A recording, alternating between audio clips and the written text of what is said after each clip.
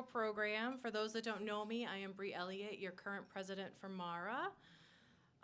Can I get my board members to stand for a moment, please? So we can't do what we do at MARA without all of our board members and without our committee members. And we're always looking to add to both committees and the board. So if you're interested, please see any of those that are standing or myself. We'd be happy to have a conversation. Does anyone have any openings that they'd like to announce? I'll take that as a no. Is there anyone looking for work that would like to introduce themselves? Yes. Oh, go ahead. Hi, my name is Bob Kamir. I'm currently looking for my next career opportunity at the director level, either overseeing an HR team or more specifically into the organizational development, talent development area. If you know of anything, please feel free to see me. I'd love to chat. I have business cards as well. Thank you. Thanks, Bob. I'm Kathy Fournier, former employee of Velcro USA Incorporated. As of Monday, I've been eliminated. I am looking for a position in the benefit management field. I've managed over 700 employees in the United States, right from inception of employment to termination, pension, and 401k, retirement. So if anybody knows anything available in the local area, I'm willing to go remote, on-site, doesn't matter. Thank you, Kathy. Anyone else?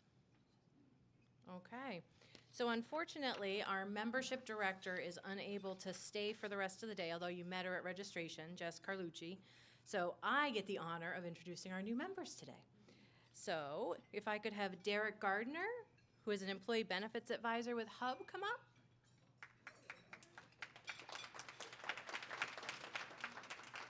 There you are. Thank you so much. All right. Corey Buchanan, HR business partner with Eversource.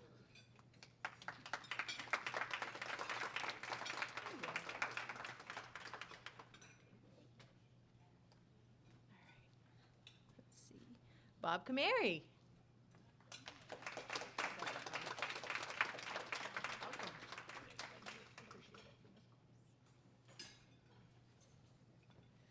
Heather Greenwood, Director of HR from Autogen. Although welcome back is probably. Welcome back is probably better. All right. Lauren Mullen, corporate trainer with Pennachuck Water.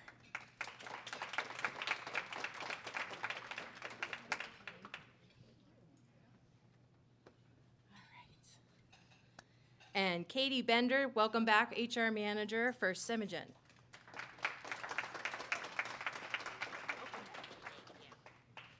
Great. That's always the fun part. All right. So thank you again to all of our members and our newest members. Now I'm going to bring up the one and only Jim Reedy, our VP of Legislative Affairs.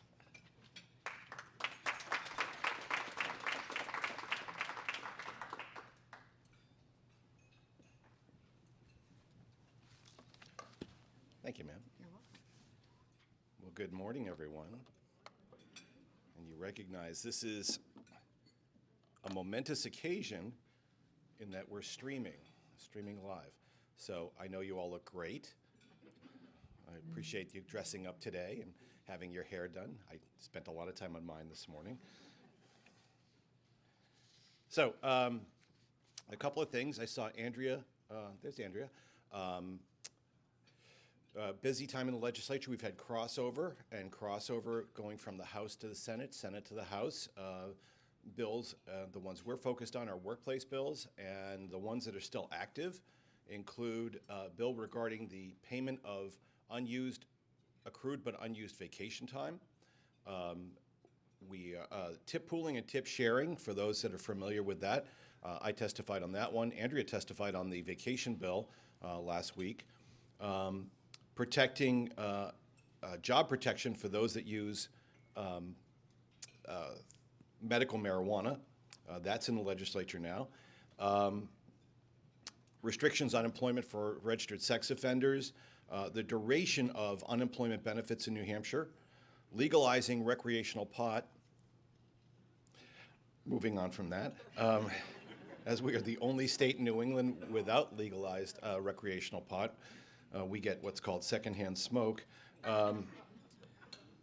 Electronic payments for debit cards, for payroll purposes, increasing the state minimum wage. How many times have we had that bill up before the legislature? We're holding on at 725. The rest of the nation has moved well beyond, but we're at 725, just like the feds. Protecting employees from employers who have anti-union activities. And the last one is a study committee on the forgiveness of student loans.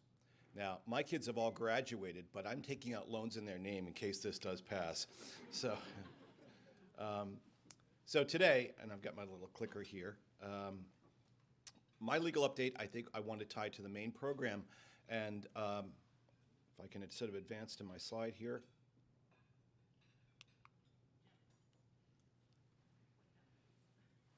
Point that way. Oh, back one. How's that? All right. Be like my dad with the old Super 8 camera. Is the red light on? And what's truly disturbing is I'm actually seeing a picture of myself as I'm talking to you, and I'm realizing keto doesn't work.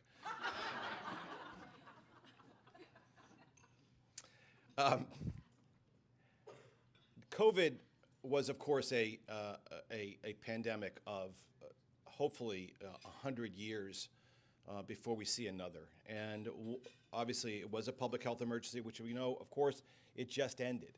The public health emergency is declared over. And for those who remember the early days of the pandemic, it was 2 weeks to stop the spread. And of course, 2 weeks turned into nearly 3 years. One of the things for purposes of triage is that whether you're local public health or the national public health focused on was many things. Everything from washing our vegetables, cleaning surfaces, to wearing masks, to vaccines, separation, and so on. One of the things that was largely ignored, though, was mental health. And it wasn't a priority. And for those that sent a lot of their employees home, isolation was a big deal. But in addition to that, so beyond lack of socialization, anxiety with regard to whether I'm going to get this deadly virus or potentially deadly virus, protecting my family members, what's happening with my job, what's happening in my community, and so on and so on, amplifying anxiety and depression. We are seeing now, we human resource professionals, employment lawyers, we're seeing now more wellness and mental health issues than perhaps ever before. I can tell you, I can give you a list right now in the last 2 weeks, a number of cases I've had of everything from threatened suicide, self-harm, isolation, PTSD issues that employees simply cannot deal with in the workplace. And while most of you, how many of you have EAP providers, EAP programs? And that's a wonderful thing, but largely, whether it's substance abuse disorder or mental health issues, largely unused by a lot of employees, and hopefully that will be changing.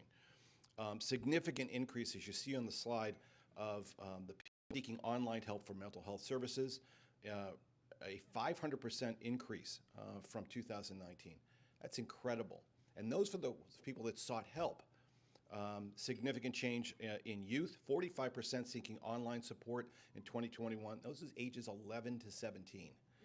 And long COVID, something I've talked about with you folks. I'm doing a presentation in May on this at our employment law seminar here in New Hampshire, but I'm also speaking in Las Vegas at the SHRM conference on long COVID.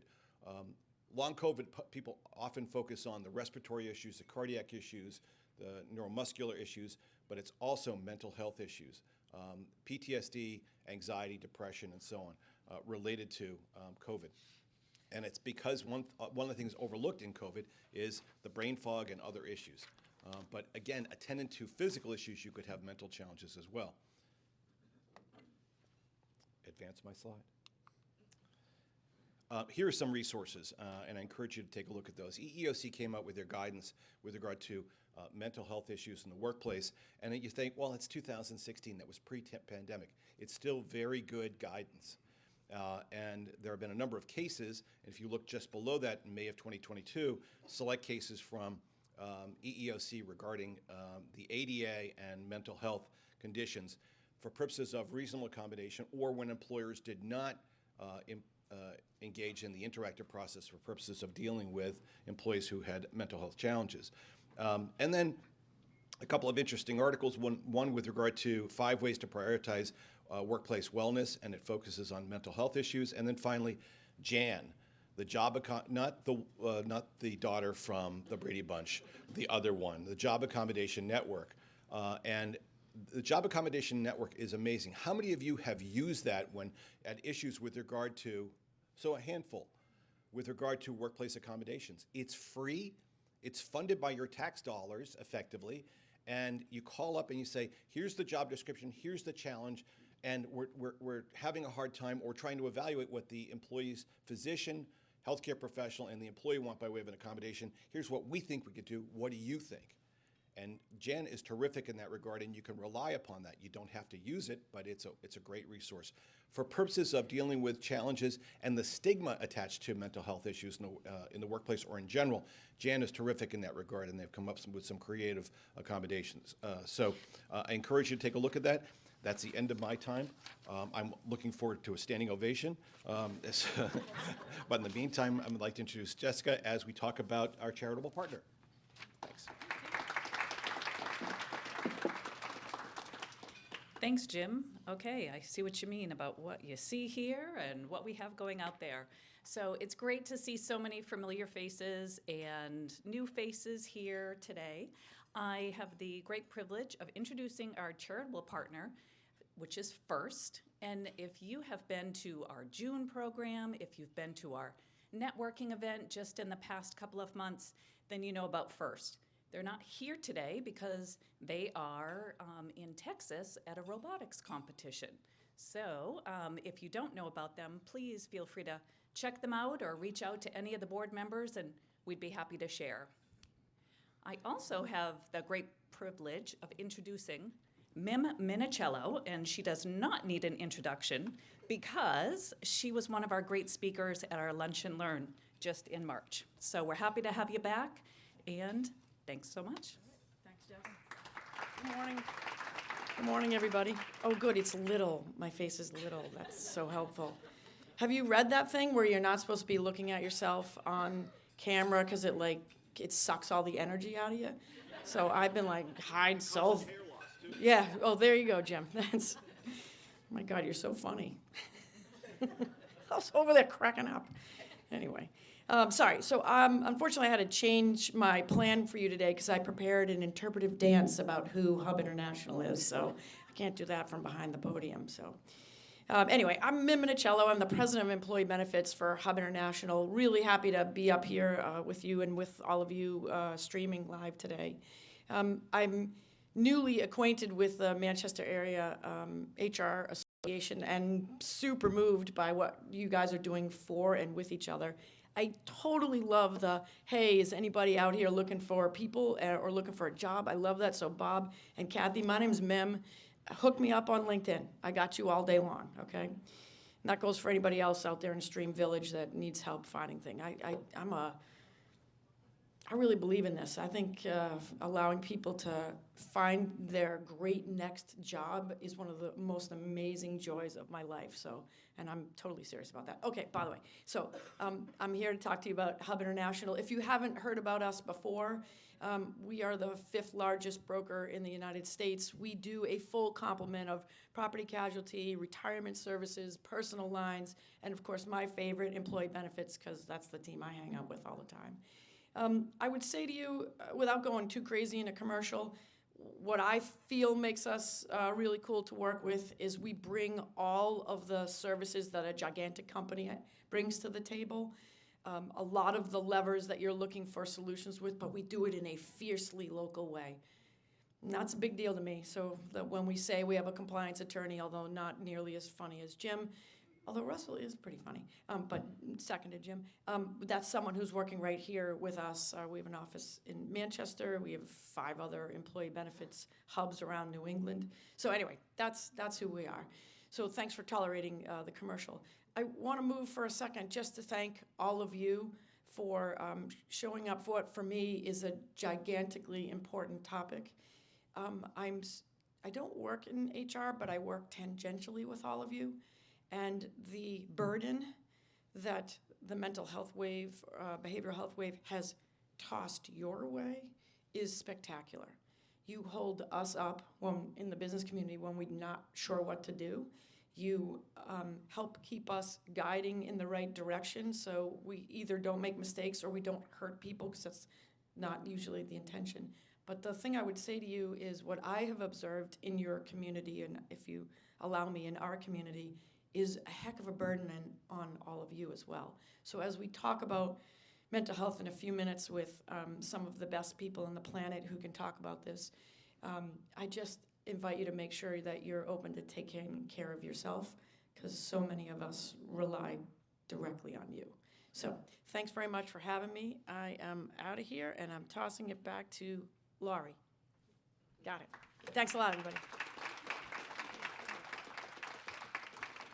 Thank you, ma'am. We appreciate your sponsorship. Without our sponsors, we cannot make these programs come to fruition.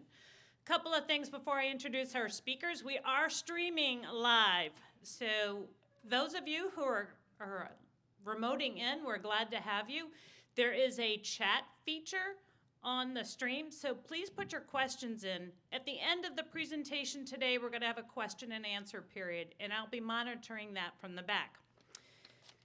Okay, without further ado, let me introduce our dynamic speakers. We are so excited about this program. It is something that is impacting all of us every single day, more and more, so this is very timely.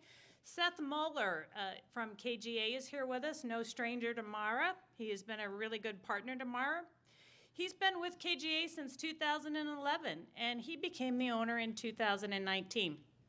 He works with clients to ensure that KGA services with evolving needs for today's employees. He brings 25 years of experience in organizational effectiveness and development, from consulting to financial services to healthcare technology.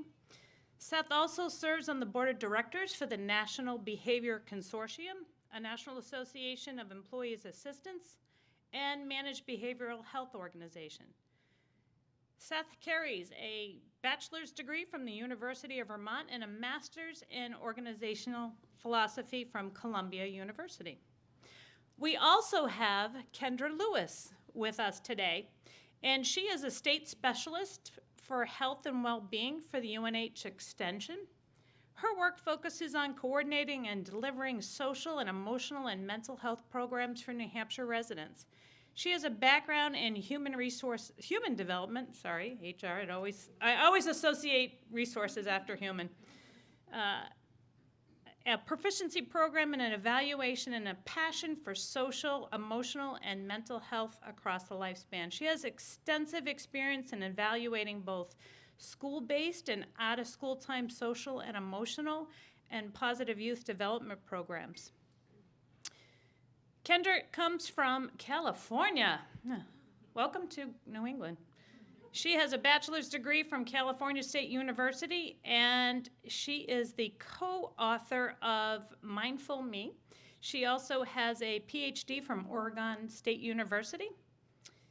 And with her is Sue Meady. Sue is the program manager for the mental health first aid. We're going to hear about that today at UNH. Her work focuses on coordinating and delivering mental health first aid programs across the Granite State. Sue delivers teen, youth, and adult mental health programming. She has over 30 years of clinical experience building social and emotional health resiliency for New Hampshire youth and families. As the administrator of a nonprofit organization, Sue was responsible for all aspects of programming, youth and families, as well as professional development opportunities for staff. She has earned her master's in social work from the University of New Hampshire and an associate's degree from Keene State in home economics with individualized options in human services and chemical dependency counseling. Great lineup. So we're going to start this morning with Seth, and I'm going to invite Seth to come up and talk about mental health issues in the Granite State. Thank you, Seth.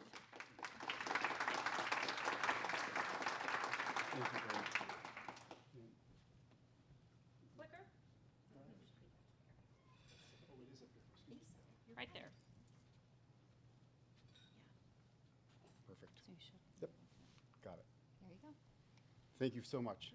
Good morning, everyone. It's wonderful to be back here in so many ways. And to see a full room is just deep in the soul. So great to see you all this morning. Yeah, what interesting times, not to be cliche, but we speak every week at KGA. And again, for those of you that don't know quite who we are a provider of employee assistance services, and we are focused on employers headquartered in New England. And so we're all across this great state, Vermont, Massachusetts, Connecticut, and so on. And we are interfacing with organizations at a number of different levels. So of course there are individuals who contact my organization to look for support in a variety of different ways. But also we're interfaced every day with HR professionals at all levels of the organization and executive leaders around how best to bring services into an organization, how best to leverage them. Jim made a great comment in his comments about how programs are sometimes certainly underused, and that's very, very true. And he also, because he clearly knows what he's talking about, used the word stigma. And so as I've been asked, and KGA's been asked at a number of occasions to talk about what's happening with employee mental health, quite often the question comes to us around what really are the leading symptoms or conditions that we see. But what I find is most valuable is actually to discuss how, as an organization where we are all leaders in various formats, might we think about really looking internally, using a bit of an evaluation, if you will, on ourselves as an organization to say, how can we be employers that are more perhaps compassionate, or if nothing else, certainly more aware and organized around realizing that we do need to be able to respond to the mental health needs within our organization, whether or not you have an EAP. That's not my point of this discussion. So I'm going to walk us through this morning a little bit of what that approach might look like. And it's great to see and hear the legal update, because there are certainly elements of what I'm going to point to where I'm not the expert, and someone like Jim would be excellent. And for those of you that are working with benefit consultants and brokers like Mim Mimicello and that organization, which is just phenomenal, they also have really great advice in this area too. So there's often a collection of all of us working around client organizations to try to figure out how to get this formula right. So there's a delay here. I'm supposed to see, apologize, we're just getting ourselves sorted. So I do need to be able to see this to follow it quickly. There's a reliable history. I think all of us have kind of heard this stuff, that we know pre-COVID we were always using very reliable year after year produced statistics that say, 1 in 5 working Americans has a behavioral mental health need every year. And I suspect at some level that's also underreported. That's probably a fairly high clinical evaluation. And we know that during these last couple of years, anxiety in particular has absolutely skyrocketed. And I mean a kind of change in a clinical evaluation never really before seen around an event. And I think we've estimated it conservatively of, on average, an increase of 25%. And it's still elevated compared to pre-clinical, but it is moving down, thankfully.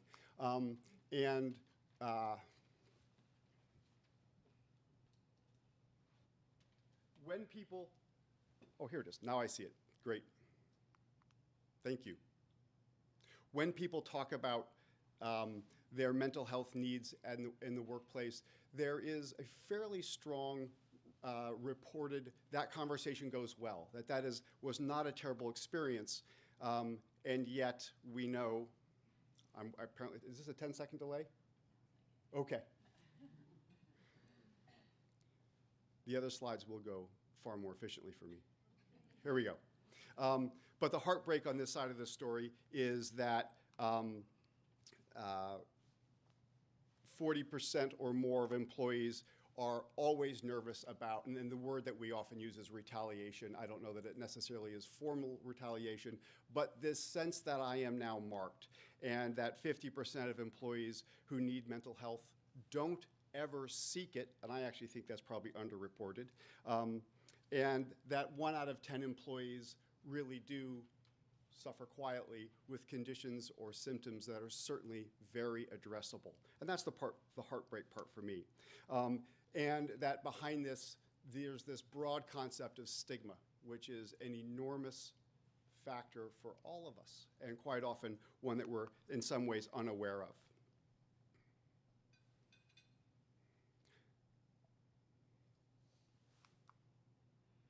It's 10 seconds if I point this way.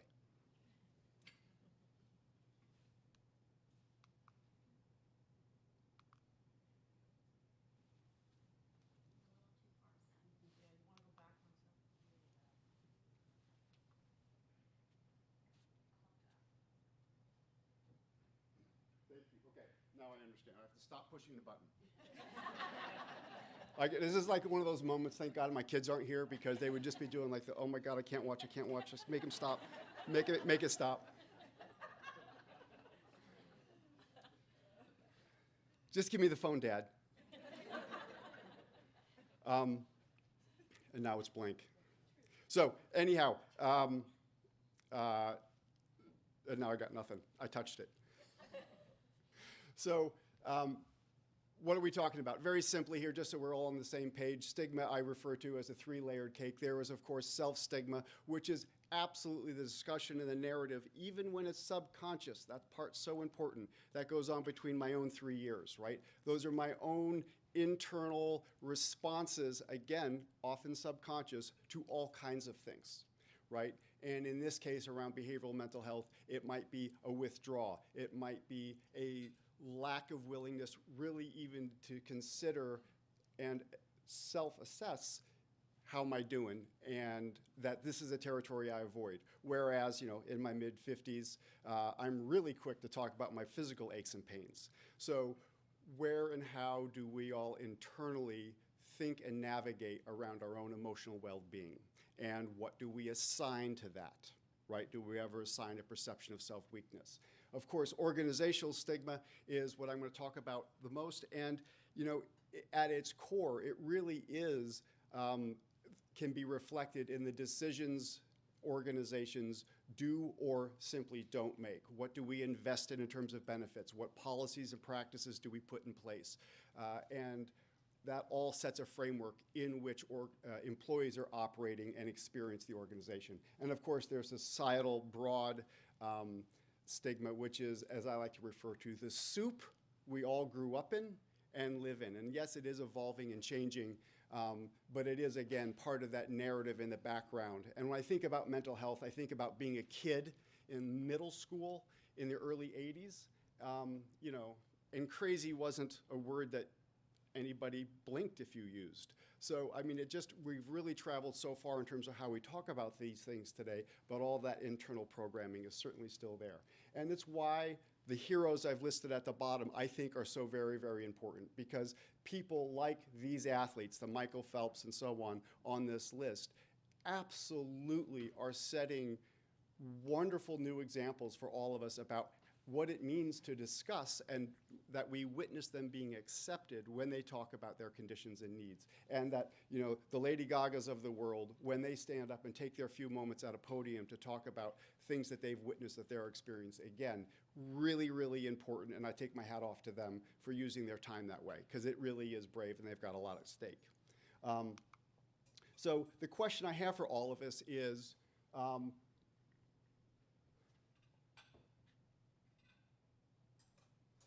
do we witness when stigma happens? So we are now HR professionals, organizational leaders. Do we witness when stigma is happening? And I've had an employer say, Seth, can you guys come in here and help us dial this stigma thing down? And this is literally kind of when I started creating this presentation at one point in time. And the answer to that is kind of no, because stigma is usually something that happens, it's an internal intellectual process, Often it's unconscious. It's almost entirely done privately. And it happens in a way that, by intention, isn't visible. So it's really hard for us to think about and shoot at a target that we can't see. And I think that's what, at the end of the day, is so important about being very intentional around organizational change in this case. So, waiting for it.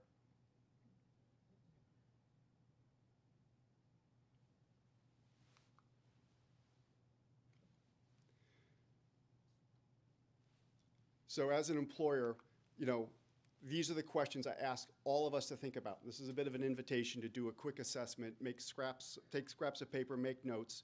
As an employer, what is your culture and what messages are sent regarding mental health? And of course, there are two things really important for us to change our own cultures with regard to things like mental health. And those are that we've got influencers in our targets, and trying to remember how I wrote this. And then, of course, institutional choices that we make are very front and center in terms of how we evaluate ourselves as organizations. So if I step away, this stops showing me my slides? Do you see it on your screen? I see me on my screen. And as Mim said, I can't look down. It's sucking the life right out of me. So if there's a way to throw my slides back here, that would be helpful. Is there something I can do? Can you see your slides from where Sarah's sitting? I can, oh no, I cannot. Those glasses I don't own. So anyhow, what I'm about to show you, I think for all of you in HR, in one way or another, is not going to be very surprising.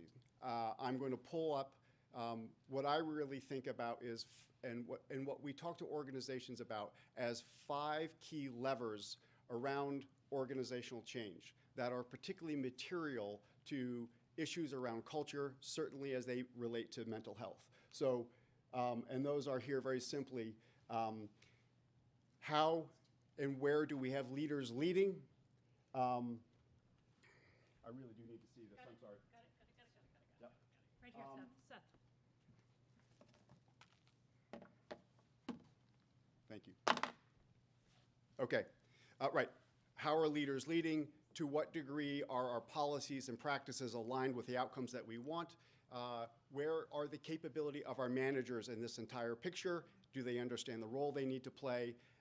And where and how are communications crafted? What is the intentionality of this?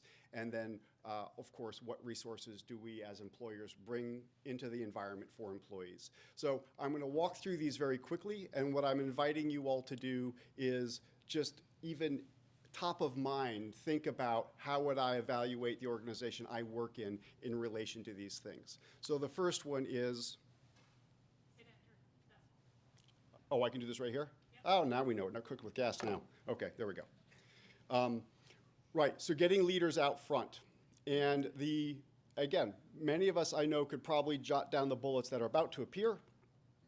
And that is, how do we help leaders? And this is a place where we, KGA, have worked with organizations. I've partnered with individuals like Mim and her colleagues around how to help organizations do this better.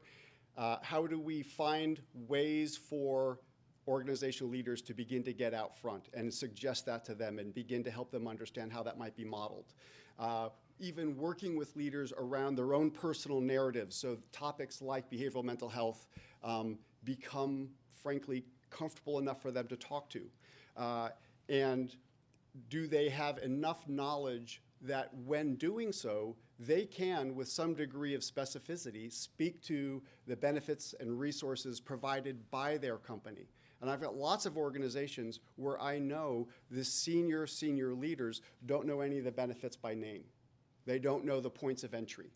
And in their mind, that's kind of delegated to those that buy and administer benefits. And I would suggest to them that really being aware of what those things are and being comfortable pointing to them is just so important to employees. And of course, identifying ongoing opportunities for them to be out front. So where and how can they actively listen? And what does that even look like, frankly?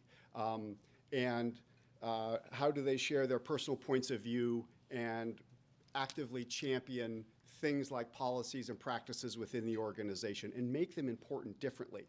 And then ultimately, all of this is a part of modeling that behavior, modeling it for other leaders in the organizations, for managers, and those kinds of things.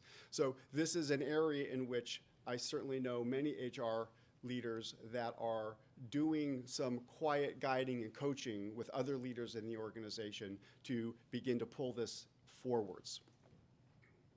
So I guess we're saving questions to the end, so let me just keep moving here, but invite you to take a moment and just kind of ask, are those things happening in and around your leaders? So the second category, again, one that I think probably many of you are very knowledgeable about is how does an organization align policies and practices? And this winds up being a place where we get pulled in quite a bit, but probably not where you would expect. So policies are obviously what's formally written, and do policies reflect things like the organization's espoused values about employee well-being, the needs associated with mental health. Do policies include time and flexibility in terms of how employees are able to address those kinds of needs they may have? Of course, is confidentiality overtly a part of all of that? Is there some awareness of where these policies with regard to mental health might intersect with DEI needs within an organization? Because that is a very big intersection. And of course, do you have access to people like Jim who can help with ADA classifications of mental health conditions, reasonable accommodations, and really understand how those things are relevant in your framework of policies? Practices, no surprise, is what actually happens on a Wednesday morning when an individual walks into a manager's office or walks into HR and in essence says, I'm struggling and I need help, I don't know what to do. So this is where I know plenty of organizations that do fairly well with policies, but this is where they become surprised. This is where it can break down. So is there at least some sense of a planned response to a mental health challenge? And even if it isn't formal, is it discussed? Is it familiar? Or is there some degree of documented and accessible process that managers might know where to go and find, or at least an HR team's all on the same page about?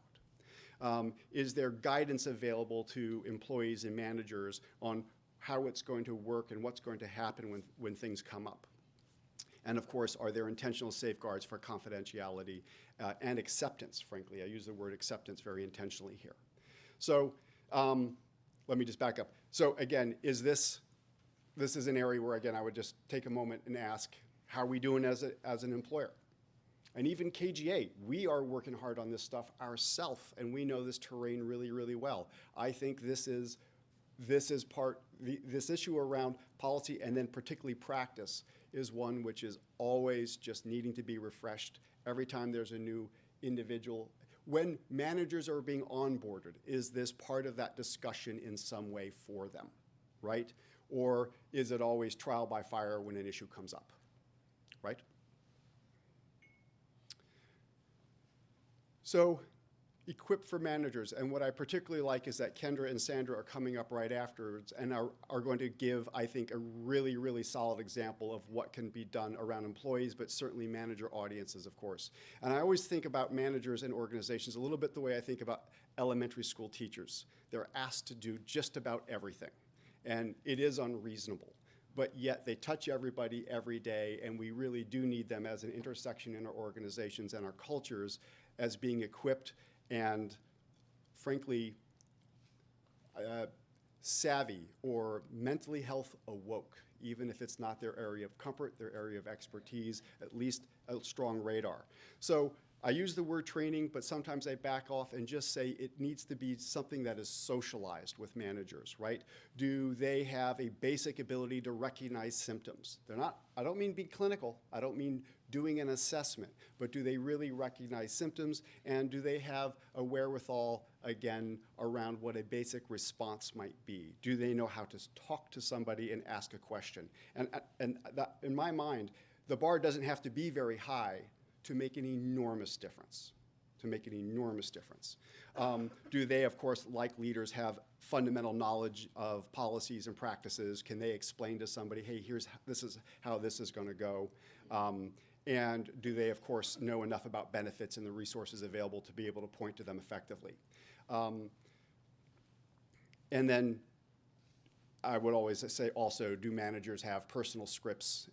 What is their degree of comfort in talking to it? And this, of course, again, is a place where over time, with continued modeling and examples, managers can really get quite good. And again, I have organizations that spend time on this, and we have really seen a change in the last couple of years, and others where it kind of is something we discuss when issues come up. And then ultimately, of course, do they have referral skills? And that is for organizations, particularly where you've got something like an employee assistance plan, do managers understand what it is and that they too can make referrals into it? And have they seen that script? Have they had a discussion about that before? So let me ask you to stop for a moment. Thoughts about where your organization is with relation to this critical strata of manager. And I mean that very broadly. Managers, supervisors, anybody that has kind of that oversight, influence capability. So 4, very quickly here. When it comes to mental health, quick question, what changes behavior? If I'm an employee and I'm kind of struggling with stuff, and let me just put myself out there. I'm a parent of 3 daughters. My parents are in assisted living. I have a wonderful colleague and employee that showed up unannounced today. There's a lot of stress. You can have that coming at you any way. So what changes my behavior, particularly as a middle-aged man, because we don't seek help very effectively. In fact, we're statistically horrible at it. I say that to all the men in the room. I know in organizations where there are roughly a 50-50 split men and women, with great reliability, women use our services, come and get effective support twice as often. And if we look at the outcome data around behavioral mental health, my side of the ledger does a really bad job, is not doing well. So what changes behavior is trust. That is, I put that at the front of the communications page because I really think as we're working with organizations around how to position a program like ours, I call it the trust calculus. Where and how, as we begin to introduce a program, talk about it over time, are we calibrated around trust? Nobody's going to remember all the details. Heck, they're not even going to remember the name of the thing. But they do, if you leave them with that sense of, that looks credible. I believe the story about confidentiality. I can imagine doing that. You will have a 4 to 6 times uptake. So communications is really critical in this whole story. And I would always argue, again, back to my comment about leaders, the more it's top down, the better, because leaders credentialize whatever is important, right? Depending on the organization you have, is the communications calibrated for different audiences, different needs, different demographics, different work environments, those kinds of things is very important. And of course, is there live delivery as a part of the overall plan? When one Homo sapien hears from another Homo sapien about something like this, it has an effect far beyond any written collateral can ever do. And I always kind of say written collateral, the posters, the communications, the newsletters are really, in effect, reinforcing. So when and how can you get one individual to hear about support services or organizational policy from another? And then, of course, is there an opportunity within any organization for there really to be an in-house champion, somebody who's effective, has a high trust quotient, and can become rather expert around resources and kind of take a lead in making sure it's constantly being championed? And then written communications to reinforce. So what I say this is 1 in 4 are really what employees experience, right? It's the 1, 2, 4 on my list here, which helps employees really understand, is this, something happened with my slide there. Yeah, the answer overlays the question. Is this place safe for me is the big question here. So let me just stop and ask, or have you think for a moment, with regard to communications, how's my organization doing? Perhaps where might we think about tweaking? The final change lever, as I think about it, again, is what are the meaningful resources? And I'm going to do this really quickly because I know lots of you are very experienced about employee benefits, employee resources of all kinds. We've got experts in the room like Mim and Hub who can run circles around me here. I'm expert on one of the resources. But when I look at this picture and this, I'm assuming father, could be an uncle, but somebody playing with this kid, I really relate here, and this fundamental question of how do we support, this working parent, right? And always the trick, I think, is to make sure that benefits are truly relevant, and that's really important to us, because I always think, well, certainly we're relevant to a lot of people's lives, but man, it is all in how that is presented. People need to listen to an overview, if you will, and go, oh my goodness, that connects to 3 parts of my life, even if it's not about me. How do we present with relevance? Of course, accessibility, and over time, reliability, or there's no trust.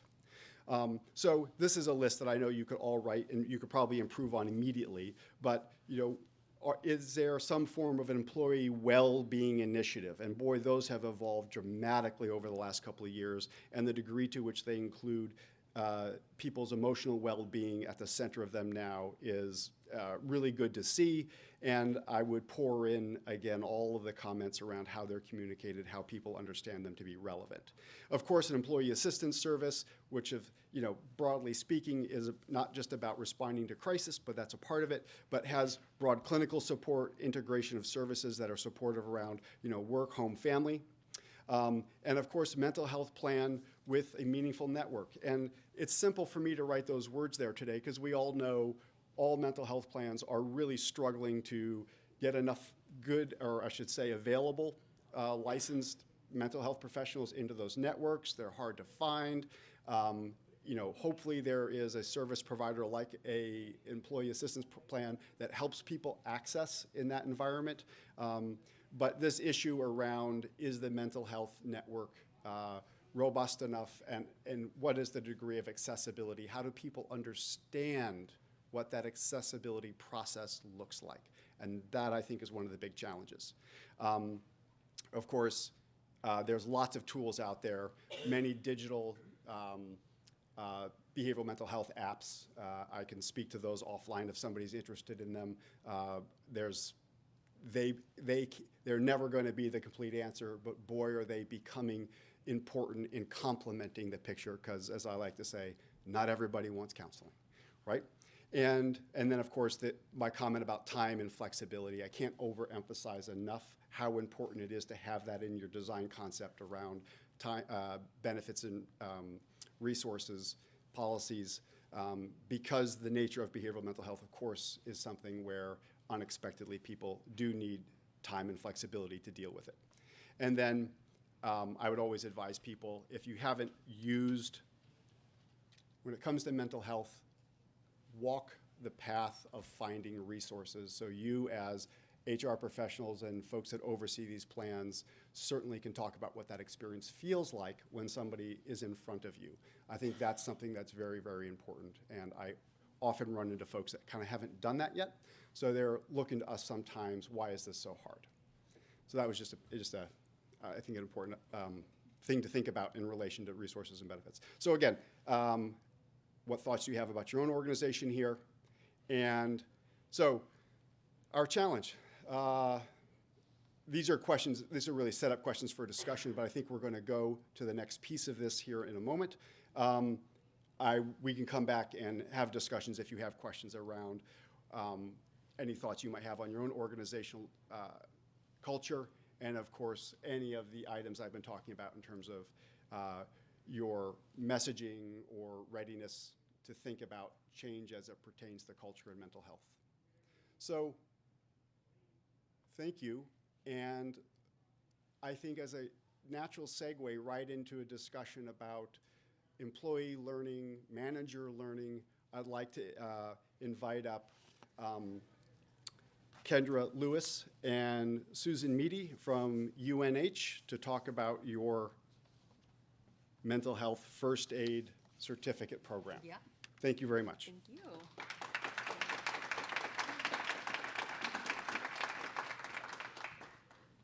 Thank you. That was a perfect setup for what I'm going to be talking about. And Sue's going to stay sitting. She's recovering from an injury, and I don't want to force her to stand up here in pain. So she's going to sit comfortably, but she'll come up in a little bit and do a little bit with us as well. You advanced for me. Okay, thank you. So for those of you who aren't familiar with Extension, really quick, just to give a quick background, we are the outreach arm of the university. So there's a ton of research and stuff happening at the university, but it doesn't always get out into the communities. And it's like, that's who you're doing the research on, is communities, but then they're not getting the benefit of that research. So that's what Extension does, is we're helping do that, helping getting that out there. So Sue and I are part of our health and well-being team. So we really are focused on health and well-being across the lifespan for our New Hampshire residents. So what I'm going to talk about today, though, is a very specific program that we offer that can be useful in any organization, and it's the Mental Health First Aid Program. Has anybody heard of that program? Oh, look at you. That's great. Is anybody trained in it? Yes. All right. Well, I might be like calling on some of you a little bit. You're going to regret that you raised your hand in a minute. So what we're going to talk about is just a little bit of background on mental health in the workplace. Seth and Jim have both done a great job of setting up some of that, so we won't go into it too much, but then I'll focus on what is the Mental Health First Aid Program and how you can bring this program to your employees, and really why you might want to bring this program to your organization.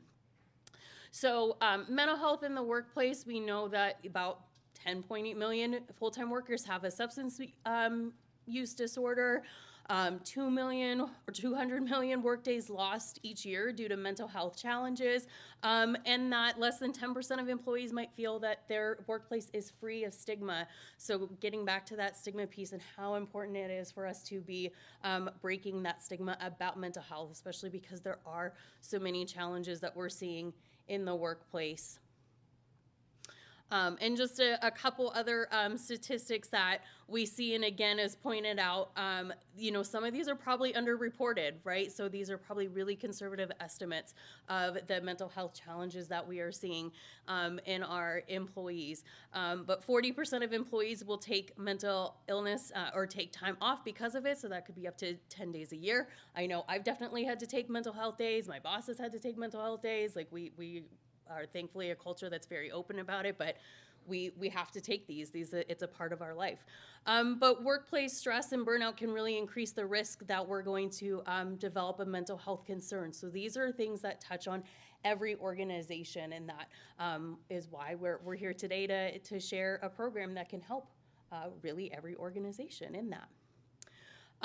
So I don't want to break any confidentiality, but I don't know if anybody is maybe able to share how mental health or substance use disorder has impacted their organization. What have you seen that's been impacted, that your organization's been impacted because of people who maybe have some of these challenges or concerns, or ideas of how it could be impacted if you are to feel like you're not able to share from yours. Yeah. What I have seen sometimes is we have, particularly managers, but throughout the organization, that people are burnt out, but they can't take the time for a mental health day because that'll only create more stress. Mm-hmm. So, and that is the dilemma I haven't been able to figure out how to support anybody on. Yeah, so the response was that people feel like that they can't take the time off to address a mental health concern because then they're going to keep getting behind. Yeah. Any other challenges? Yes. I think the other one is just absenteeism. People either not showing up, I can't come into work, I don't feel up to it. And Yeah. Yeah, absenteeism. So feeling like they can't come into work, that they can't show up. So that's a common one that we see. Yeah. Any others? Yes. I'll just throw in on Yeah. absenteeism is what we refer to sometimes as presenteeism. I'm here, I'm looking at my screen, I've read this email 4 times, so I'm here, but am I really, mentally, am I here, am I present, am I focused? Mm-hmm. Yeah, so another one could be, okay, the employee is showing up, but are they really there? Are they really focused? They might be reading the same email, several times. And I'll be quite honest, when I started my first major mental health challenge, that's exactly what I was. I still showed up to work every single day, but I was not a productive employee. I was not getting my job done, and it took me a long time to realize this is a task that normally takes me 30 minutes. I've been working on this for 2 hours. Why is this still, taking me this long? So it could be that too, that we still have employees coming. Yes? Intolerance. Yeah, can you speak more about that? Yes, yeah, people who are short-tempered. Yeah, so we could start seeing some behavior changes. Great, thank you. Those are all wonderful examples of what we might see. So these are some common ones that we can see in the workplace. So lost productivity. We could see, again, absenteeism as brought up, higher health insurance costs, right? So people are needing to seek help versus getting maybe some early intervention efforts that might help before things become a major concern. Strained relationships between colleagues, right? So again, if somebody's being short-tempered, intolerant, if they're having these behavior changes, that can really impact the relationships that we're seeing amongst colleagues. Increase in errors. So again, if somebody's there and they're trying to do their job, but maybe they're making more mistakes because they can't focus. We could see decline in revenues. We see low morale, low engagement, right? Again, maybe they're there, but they're not totally engaged in the work, or they're feeling burnt out. They're not feeling satisfied with their job. And those can all lead to also a damaged reputation for the organization, right? You now have an employee who is not performing, and maybe they're making mistakes with a partner or a client, and that could bring also some negative brand association. So there's some pretty major impacts to a workplace to have somebody who is not getting the help that they need. So here's just some myths and facts, and I have it as a little quiz. So if anybody's feeling brave, you're able to, shout out if you think the answer is true or false. But if you're not, you can just keep it in your mind. That's totally fine. I have a plant in the audience too, so still have somebody shouting out if they're true or false. So true or false, a variety of professionals can help a person who is experiencing mental health challenge. True, yeah.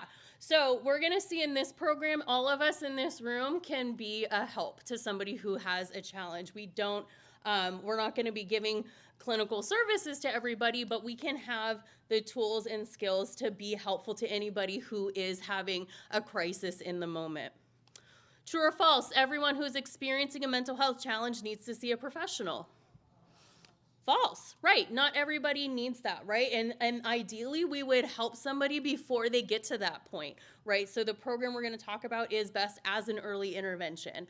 And so hopefully we would be able to get them some help, and they don't need to see a professional, that we can help them find some other services and resources that could be useful. True or false, advice and information are pretty much the same thing. False. Yeah, we're going to talk a little bit about that when Sue comes up and goes through a little example of the program. Mental health disorders are not common. False. We saw that they are in fact common. And true or false, risk factors increase the likelihood of developing a mental illness or addiction, and trauma is a risk factor in nearly all mental health and substance use disorders. True, yeah. So these are some of the things that we learn as we go through the program as well. So now I'll talk specifically about that, the mental health first aid program. So to give an overview of the program, you're going to see the acronym MHFA a lot. So point that out there, that I think on the future slides I end up using that. So what the program is, it's offered, it's help that's offered to a person who's experiencing a challenge. It could be a mental health disorder, mental health crisis, maybe it's a substance use crisis. And so first aid is given until appropriate help is received.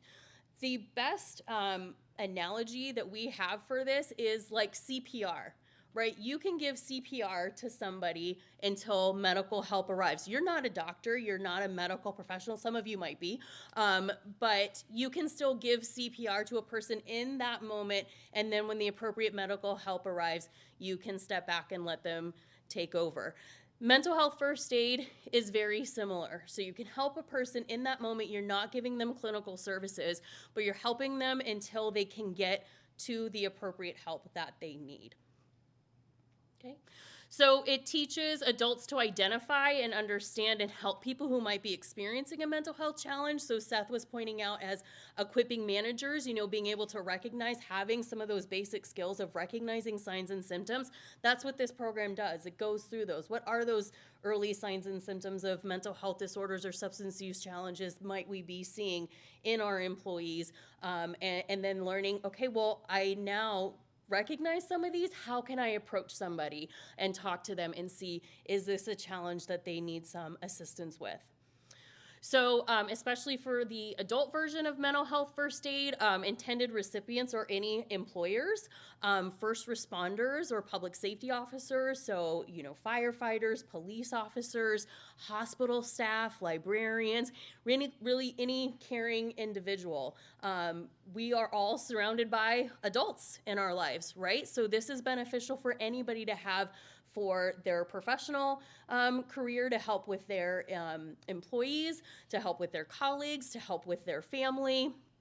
Really, so this program could be for anybody. The program did originate in Australia, and it was brought to the United States in 2012, and it's currently managed by the National Council for Mental Wellness. I apologize. I forgot to correct, they changed their name recently. So we'll be talking a little bit about them a little bit more with some of the program. An important note of the program is that it does not teach people to diagnose or provide treatment. So when you become certified in this program, you are not a clinician. You are not able to give those sorts of services. Again, it's like CPR. You are just able to give some critical help in the moment, and then be able to get somebody to the appropriate services if that's what they need. So some goals of the program are to increase our mental health literacy. So really, if we have a greater mental health literacy, that's helping contribute to decreasing the stigma of mental health in our workplace, right? So it's going to help decrease the stigma that's associated with mental wellness and with substance abuse, and create that community and culture of health within our organizations. It's going to increase our knowledge and our skills and our confidence to recognize when somebody might be in a crisis and how can we help them. And increase our likelihood that we're going to use this action plan here to help a person experiencing a mental health crisis or substance use crisis. So, Sue, can I have you come up?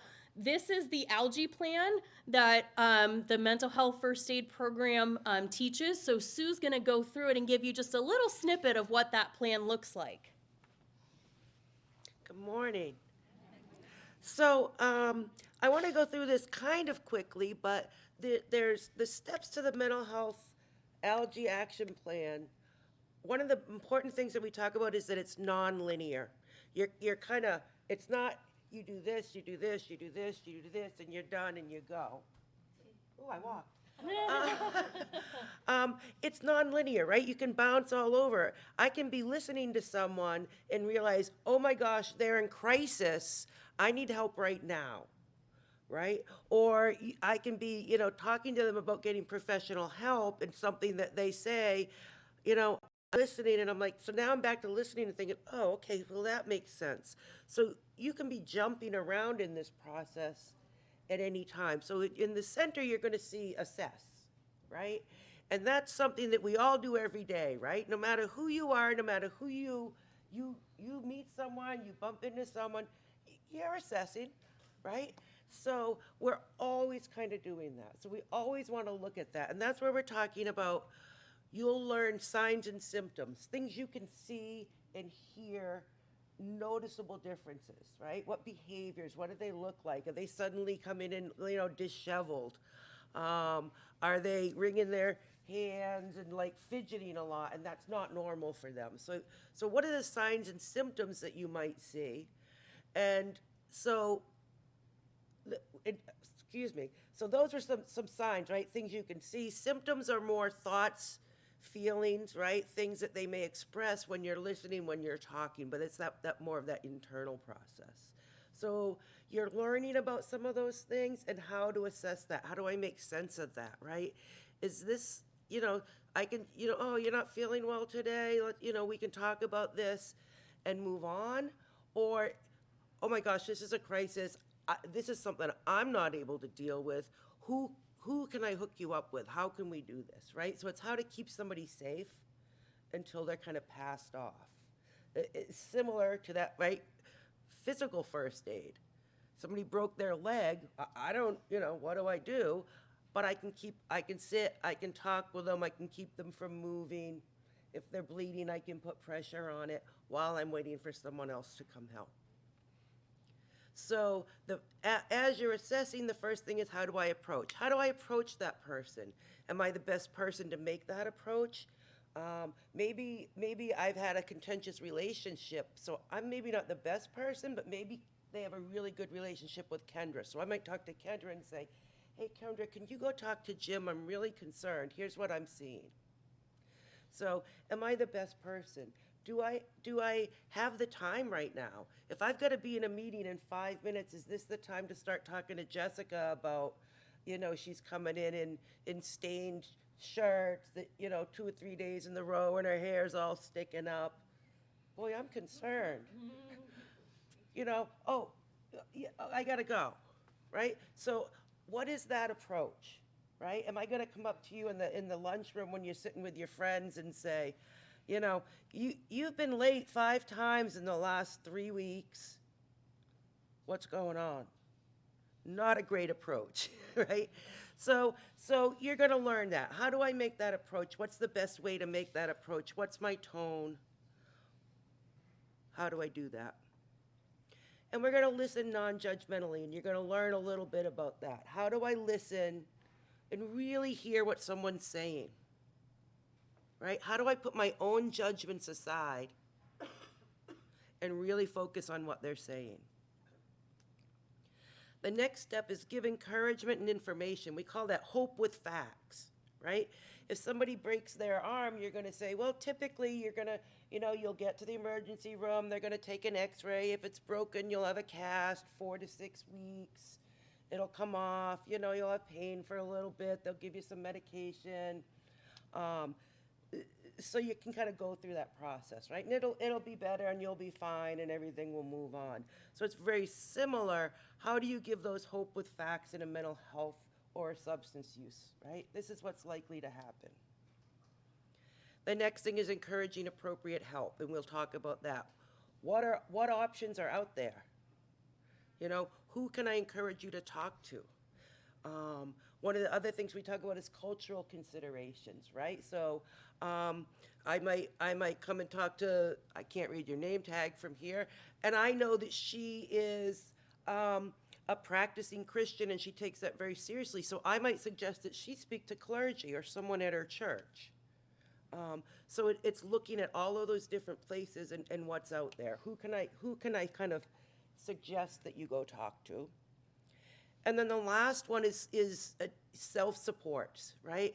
What are some different interventions? Well, maybe you need to get some fresh air. You're sitting in your office and it's the heat's still on, but it's 70 degrees outside and sunny, and you're like, why don't you go ahead and, you're not really getting anything done anyway. Go take a walk, right? Get a glass of water, take a walk, come back. So thinking about those different things, what are different interventions, right? So this is all, your husband's drinking a lot, it's really concerning you. You've tried to get him help. He doesn't want help. Well, how do you take care of yourself? What can you do? Where can you go for help? So it's constantly doing that and listening. And as you gather more information from them, it might give you another idea. And you also learn what to do in a crisis, right? These examples were kind of non-crisis situations. And I'm going to give you a real quick one. Several years ago, I was the clinical director of a group home for adolescent females. And I had this great staff member. She was wonderful, young, enthusiastic, really thought outside of the box. And we'd have a conversation, and I'd be thinking about it later in the day, and she'd come in, you know, she did kind of shift work, so she'd come in 2 days later, and I'd say, hey, I was thinking, and she'd, oh yeah, I did that, it's done. Like, she was great. And some of her coworkers came to me and said, you know, we're starting to get concerned about Jamie. You know, she's talking a lot about her weight, she's talking about the kids' weight, and I haven't, you know, it's concerning. She's pointing out what they eat, how much they eat.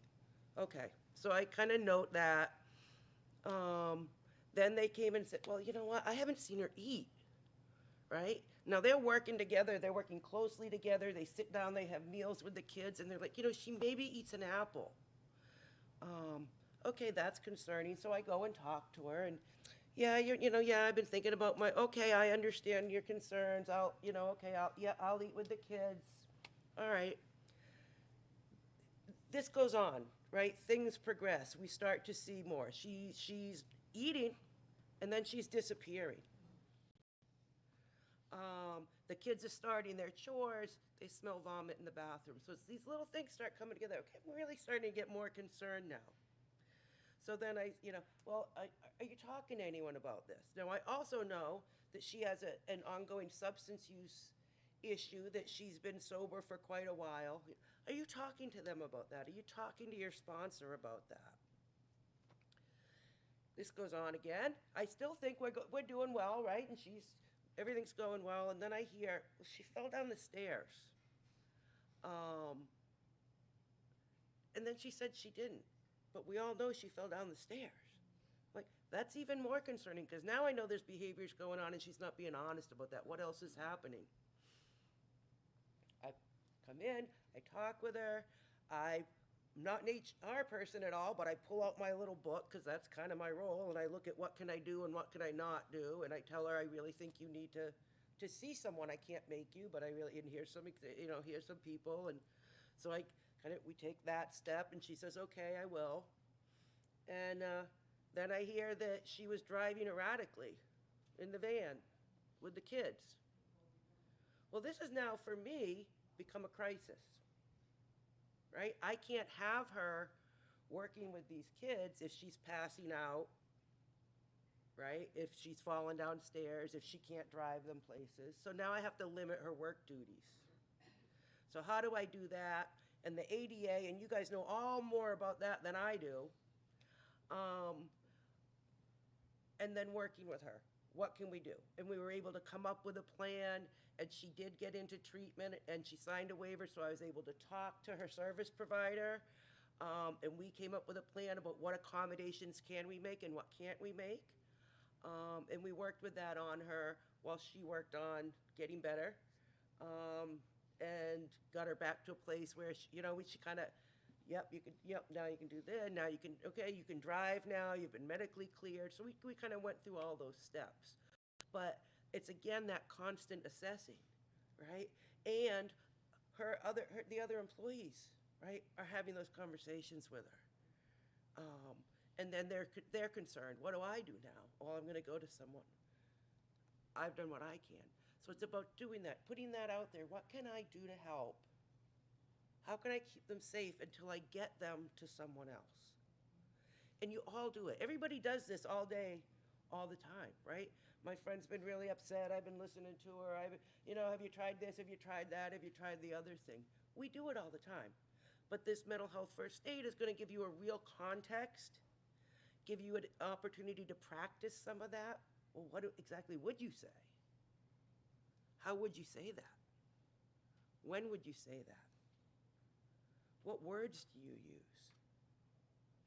What do you do when they tell you something that is so shocking to you that you're like, I don't know what to do with that? Right? So that's mental health first aid, right? And if you have your employees working with each other and supporting each other, I'm having a brain fart. It's going to be good. How's that? Right? It's just making everyone aware. It's working on that stigma. It's making it speakable, right? We can talk about these things. And I can't say questions. No, we're gonna save them for the end. Right, that's what I said. I would normally say, do you have any questions? Oh, But yeah. I can't.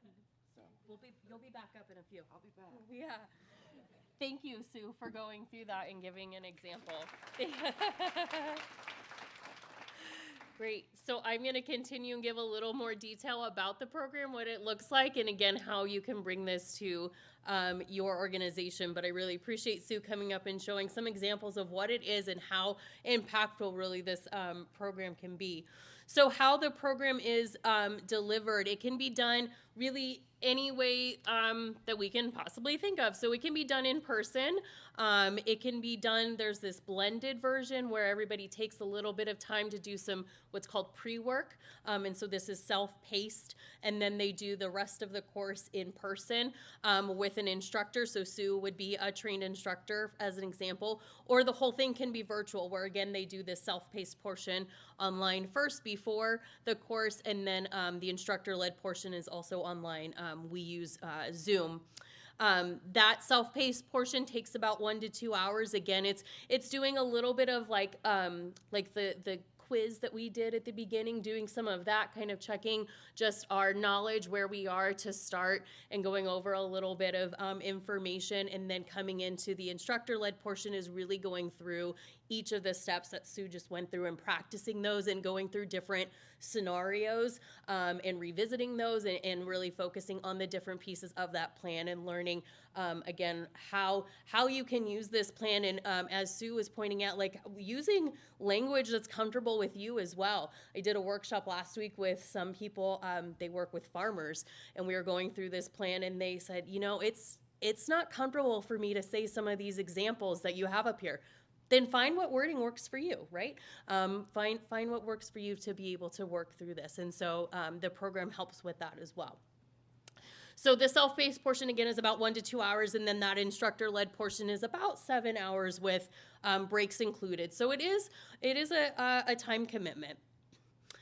But really, why is this important in the workplace? Because we are caring individuals, right? We want to be caring colleagues. We want to support the people that we work with. And we can be observing some of these behaviors that might not be recognizable to people in their personal lives.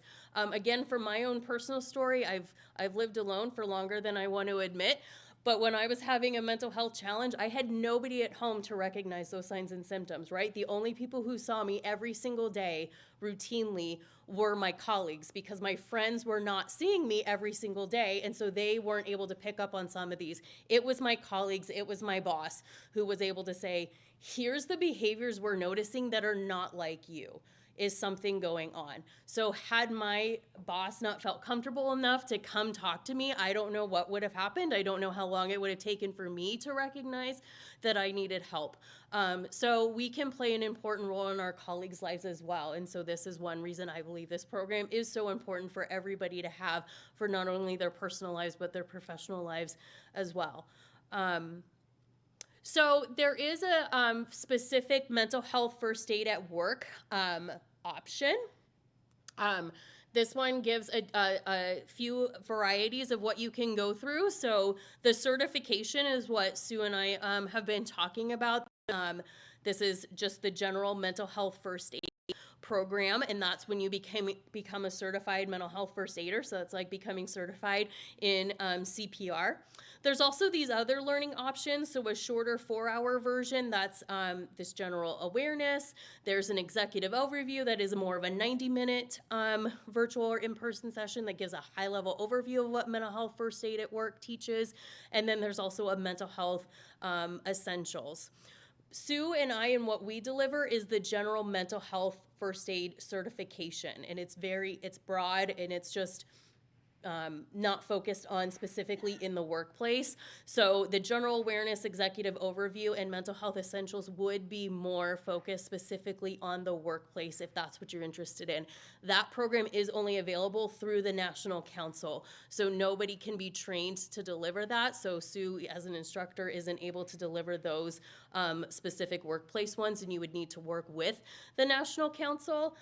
So there's some information on that link, and I know Sarah's going to be sending these out. So you guys, I have a ton of links in here, so you'll be able to get those after today. But Sue and I can also direct you to those if needed. So again, though mental health first aid just fits neatly as a piece of the puzzle. So Seth has really talked about all these different, employee assistance programs or different things that you could be doing within your organization. And so mental health first aid can just be a part of that, a part of what you add to your organization in helping support your employees and their mental health. And so again, some reasons for bringing this to your organization really helps employees better navigate and cope with their work-life stressors and to work productively and to realize their full potential. It creates that safe and welcoming environment. It can contribute to reducing the stigma that we have around mental health. It can drive our engagement. It really promotes, again, that early intervention and getting help before things become a crisis. It can establish a positive employer brand. I know especially younger generations are really excited to see what organizations are doing about mental health and how they take it. Do they approach it? Do we talk about this, and do we have services in place? And so it can also improve, those employee assistant programs and other benefits, making sure they're being utilized. Because again, they might be in place, but people aren't using them. But mental health first aid could help people realize that those benefits are there in place for them. So just some impacts of the program that we've seen here in New Hampshire is that, people say they report that they're able to recognize signs and symptoms of mental health or substance use challenges, and they feel that they're able to respond to those crises, especially or including an overdose, and know what to do to keep an individual safe. They know and feel that they can have supportive conversations with anyone about mental health or substance use challenges, feeling likely to use that ALGAE action plan to connect an adult with the appropriate help or services. They feel the program is helpful, informative, and can help them do their work professionally. And then nationally, there's been some research on the program overall and shows that it helps decrease the stigma. So it is increasing that mental health literacy. We are seeing decreases in stigma in organizations that are participating in the program. So again, it's contributing to that community culture in which people feel that it's safe for them to seek help. So some more, we're gonna have another little quiz here. This one is specific about the mental health first aid program. So mental health first aid is offered to a person experiencing a mental health challenge or crisis. True. Mental health first aid does not supersede any professional, legal, or organizational obligations that first aider may be bound to. It's true. So those are important to keep in mind. So for example, Sue and I are mandated reporters. I think everybody in New Hampshire might be a mandated reporter. Yeah. So those sorts of things. There might be some other obligations that you have. And so mental health first aid isn't superseding any of those. Reducing stigma is not an important part of mental health first aid, or language doesn't matter. False, yeah. So the program does go into how we can reduce stigma. And again, as Sue was talking about, what are some of those cultural considerations, and also being careful of the language that we're using. And so it goes through some of those and making sure that we're using language that isn't stigmatizing. Mental health first aid is most effective as an early intervention. Typically, the sooner you can connect a person to a professional or self-help resources, the better the outcome for the person. True. Yeah. So again, this is a great program for helping somebody early on in their journey, as hopefully they are not going to need treatment or services if we can catch them early on. And first aiders do not diagnose. They notice changes in appearance, behaviors, thoughts, and feelings. True, yes. So this is, we say this over and over again just to make it very clear that people are not going to be a clinician or able to diagnose at the end of this or provide those sorts of services. So I want to give a couple organizational examples that we've had of places that have brought mental health first aid to their organization. So the first one is Dartmouth Athletics.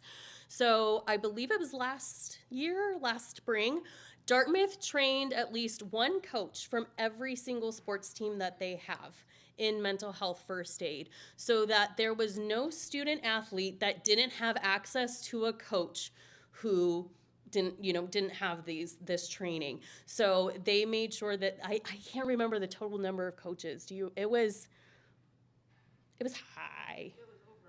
Yes, yeah. So they had a lot of their coaches, they just took several days. They committed to doing to getting everybody trained so that way all of their athletes have access to people who can help them should they be in a crisis. So they're a great example of an organization uplifting, and they've been working now with other departments and other units within their college to be getting their folks trained in mental health first aid.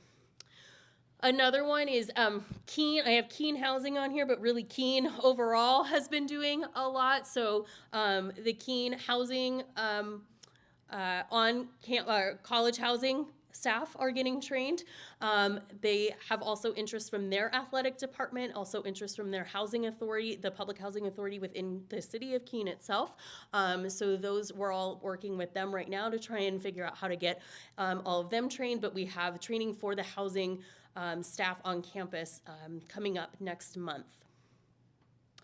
Another one is bus drivers in Groveton. They are often an overlooked resource or staff member that sees youth every single day, right? And a lot of times, if you think about it, a bus driver might see some family interactions or home life that teachers and other school administrators might not see, right? And so if they have a parent dropping off a child and they can see what's happening with that family, they might see some interactions that could be concerning maybe, or they could just see behaviors that teachers and other school staff are not seeing. So Groveton committed to having every single one of their bus drivers trained in youth mental health first aid. So that was a big feat. Do you know how many people that was? I put you on the spot. Sorry, I can't remember. I'm sorry, I can't remember. I'm thinking it was like, well, we had 3 classes with about 30. Yeah, I think it was somewhere between 80 and 100 people. Yeah. So, but anyway, so their entire bus driver system, all of their bus drivers were trained, and so now they can be there and they can be support for the students before and after school. And then Stratford County, and really this should say the city of Dover. The city of Dover has now committed to having all of their city staff trained in mental health first aid. So over the course of a couple years, they have a grant now, so they're going to be training. They have a lot of trained instructors there, but they also, a lot of their trained instructors are law enforcement. We have a number of Stratford County sheriffs that are trained. We have a number of Dover police officers who are trained in mental health first aid as instructors, so not just taking the mental health first aid course, they can actually teach other people in the course. So Dover has really shown a large commitment in getting their city staff trained in this program and being prepared. Another one is the Dover Library has like all of their staff are trained. There's a number of different organizations within the city of Dover that have a good majority of their staff trained in either adult or youth mental health first aid, depending on who their clientele is. So they've been an excellent example of a city and organizations that have brought this in and are taking the mental health concerns of their citizens seriously and wanting to be prepared to support them. So how do you bring this to your workplace? You could become an instructor if you wanted to. It's a bit of a lift, but some people are really interested in that. So I definitely encourage you to speak to Sue if you are. Also, because we are in the everybody here is in the Manchester area. The Greater Manchester Center, Community Mental Health Center, they offer courses. So they are a really great resource to reach out to and ask to come to this course. But you can also contact us. So, oh, I think the computer died. Give me just a second. I have my slides right here so I can still follow along. So you can contact UNH. So the benefits for contacting us is that we have local instructors throughout the state. We have people throughout New Hampshire who are trained, and so we try to connect you with somebody in your region. Sometimes we can't, especially if it's a virtual course, then you might have instructors from all over the place, but that is, we do try to connect people with, somebody who's in their area if we can. We can do any delivery mode. Again, if you want to do in person, if you want to do kind of a hybrid, if you want to do completely virtual, we have that. It's also free.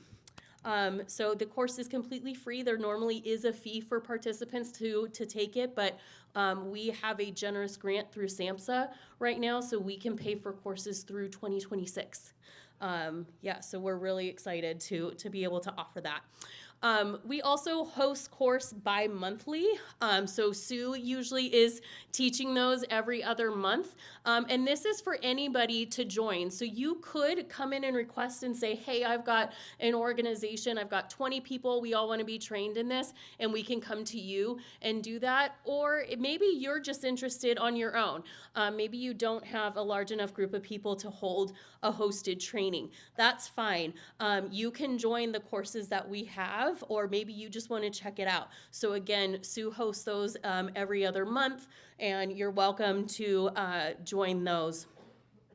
Again, if you're interested in those specific at-work courses, you will need to use the link I have up there, because those are ones, again, that we're not able to offer. They have to go through the parent organization, but you can contact them through that link, and they'll get in touch with you, and you can find out how you can bring the course to your organization then.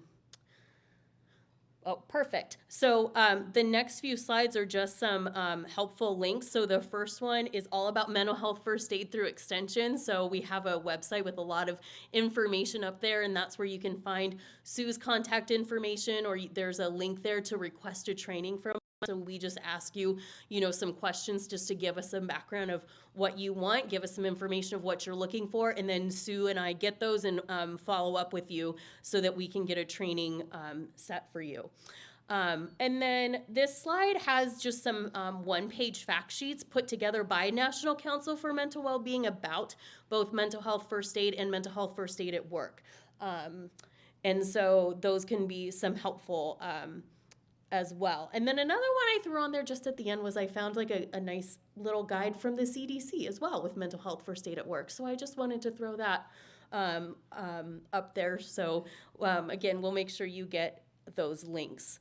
So at this time, I'll ask Seth and Sue to come back up and we can take questions. And I know that Lori has some questions as well. Do you have? If we could also ask Andrea to join us. Jim has had to leave, so if there are little questions. Here we go. Thank you. Hello. All right. So first question that came up. My agency works with older adults, veterans, and etc. Is there a version or materials for this population?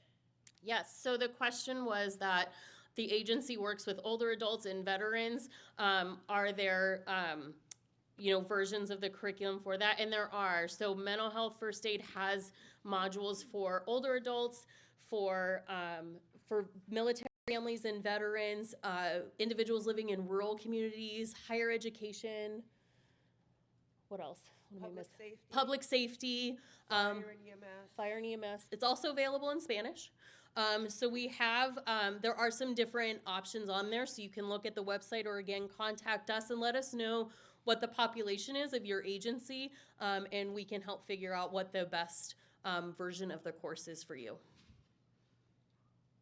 If anybody in the live audience has questions, just raise your hand and we'll answer those too. I have a question. How do you handle the challenges of someone that you see has maybe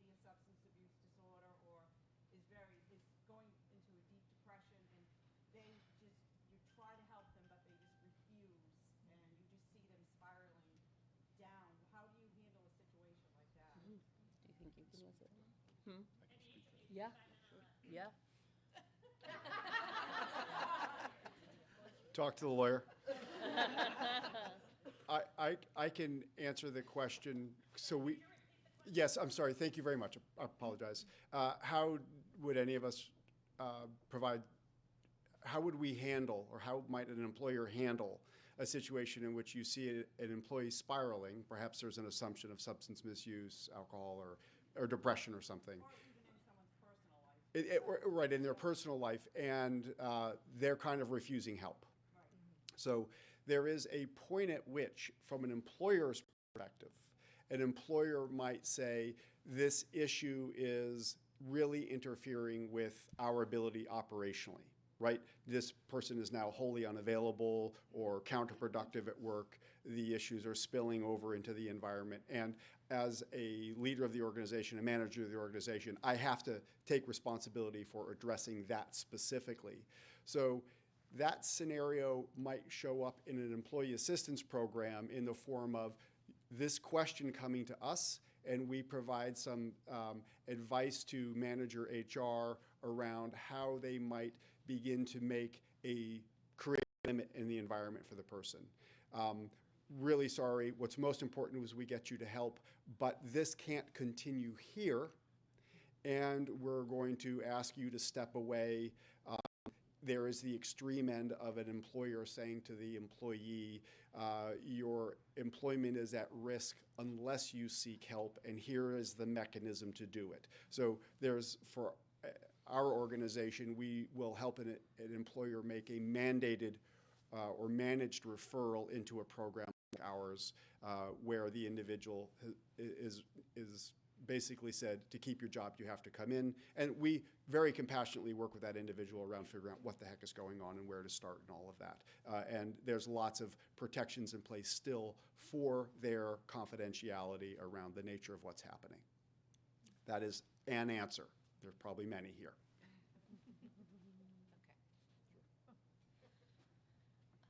Okay, I pretty much agree with what Seth talked about, because it really comes down to the job, right? The performance. And that is your avenue to talk to that person, is to say, we've noticed these issues or these behaviors, and they're impacting not just operations, but your job performance and what we need you to do in the job. And I think it's really important from the legal side, but also from sort of the communication side, to start documenting those conversations and documenting the fact that they, you start with, how can we help? What's going on? And if it's like, nope, fine, I'm fine, I'm really sorry, I know I messed up, I'm really sorry. Well, is there anything we can do? Nope, I'm fine. I think that's an important conversation to document, and to, in a way that says, just want to follow up. This is what we talked about. These are your performance issues we're seeing. We offered you help. You said that you're fine, that you will get better. But if you ever need assistance, let us know. That's the doorway. And then I think it becomes, if the problems persist, like Seth said, you might get to a point where you are going to do a mandatory referral to EAP. It's all going to be documented to show that you are always reaching out to try to help. You've given this person multiple opportunities, but you're also documenting the actual job performance impairments, the job performance problems, so that if it gets to a point where the person's just not in a place where they can get help yet for themselves, but you need someone to do that job, that you have a record of trying to help that person and what the job performance issues are. So. Andrea, I think this one's appropriate for you, so while you're standing right there. Okay. How much information can HR share with supervisors? This is a good question. Oh, yes, the question is, how much information can you, HR, share with supervisors about an employee who has come to you to say, or who has a mental health issue and is impacting their job performance? So under the ADA, it is mental health disorders are a type of mental, could be a covered disability. You do have the obligation to keep information confidential, medical information confidential. And I've seen this a lot lately, where employees don't want their supervisors to know what's going on. They might unload on you as HR, but they don't want their supervisors to know. And that, here's the answer to that, to some extent, that you, HR, can share information with supervisors in order to implement reasonable accommodations. So if that person does need frequent breaks, if that person does need a reduced schedule because they're dealing with mental health treatment issues, or if that person is struggling and you are providing accommodations, you do need to bring the supervisor in on that, so the supervisor knows and can implement and make sure that those accommodations are being implemented, and that the person's not being penalized because they're not there, or they're not present when they need to be out on a reduced schedule or longer breaks or whatever it is. So you can tell the supervisor some of that information. I think you have to start first with the employee to explain to the employee why you need to tell the supervisor, and be transparent about that. To tell that this is, in order for me to make sure you're getting that accommodation, I need to tell your supervisor some information. This is what I want to tell them, so that you get that buy-in from the employee. I just had that situation come up with a client where the person was having, wasn't mental health issues, but it was a physical chronic condition, and they needed the accommodation of having longer breaks. And the supervisor didn't know that that was an accommodation, and was asking the employee, well, why weren't you here at such and such a time? Well, you can't talk to me about that, is what the employee said. You can't talk to me. That's an HR thing. You can't talk to me about that. But that's where HR did need to tell that supervisor what was going on a little bit, so.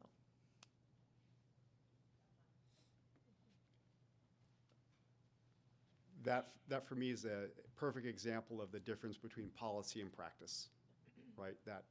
Does that HR organization have kind of an understanding of how to pull people in, and is there a bit of a pre-thought plan for those kinds of scenarios? Please. About this EAP, nothing has been discussed about the opportunities for FMLA during these mental health experiences that our employees are going through. Sometimes it gives confidence to the employee knowing that, okay, I have to leave because I'm having an anxiety attack, or I'm having, these type of things. So it's important to put the two together. And another point is when you ask for assistance. For the audience, can I just that first part before I forget? Because I will. I think the point that you're making is that in this discussion, and we haven't kind of said it overtly, yes, programs like an employee assistance program are all well and good, but there's also FMLA, and how do these things merge, at least within your HR department, in terms of how people are addressed. Is that about right? Okay. And? And the second thing is, from experience, when an employee doesn't recognize they need help, we do get counsel from our EAP executive that will be able to tell us step by step what to do. A lot of times the employee has to sign a waiver in order to have an EAP advocate reach out to them. And that's the most important part, is not giving it to the employee to reach out, is to have that EAP advocate reach out to them. And that has been very helpful.